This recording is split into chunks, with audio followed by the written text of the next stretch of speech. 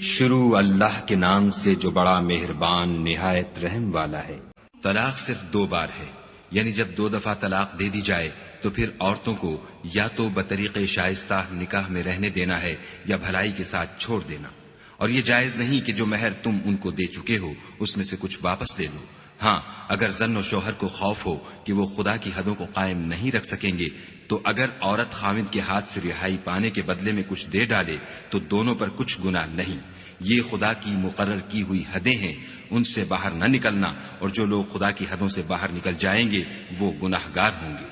پھر اگر شوہر 2 طلاقوں کے بعد تیسری طلاق عورت کو دے دے تو اس کے بعد جب تک عورت کسی دوسرے شخص سے نکاح نہ کر لے اس سے پہلے شوہر پر حلال نہ ہوگی۔ ہاں، اگر دوسرا خاوند بھی طلاق دے دے اور عورت اور پہلا خاوند پھر ایک دوسرے کی طرف رجوع کر لیں تو ان پر کچھ گناہ نہیں، بشرطے کہ دونوں یقین کریں کہ خدا کی حدوں کو قائم رکھ سکیں گے، اور یہ خدا کی حدیں ہیں، ان کو وہ ان لوگوں کے لیے بیان فرماتا ہے جو دانش رکھتے ہیں۔ اور جب تم عورتوں کو 2 دفعہ طلاق دے چکو اور ان کی عدت پوری ہو جائے تو انہیں یا تو حسن سلوک سے نکاح میں رہنے دو یا بطریق شائستہ رخصت کر دو، اور اس نیت سے ان کو نکاح میں نہ رہنے دینا چاہیے کہ انہیں تکلیف دو اور ان پر زیادتی کرو، اور جو ایسا کرے گا وہ اپنا ہی نقصان کرے گا، اور خدا کے احکام کو ہنسی اور کھیل نہ بناؤ۔ اور خدا نے تم کو جو نعمتیں بخشی ہیں اور تم پر جو کتاب اور دانائی کی باتیں نازل کی ہیں جن سے وہ تمہیں نصیحت فرماتا ہے ان کو یاد کرو، اور خدا سے ڈرتے رہو، اور جان رکھو کہ خدا ہر چیز سے واقف ہے۔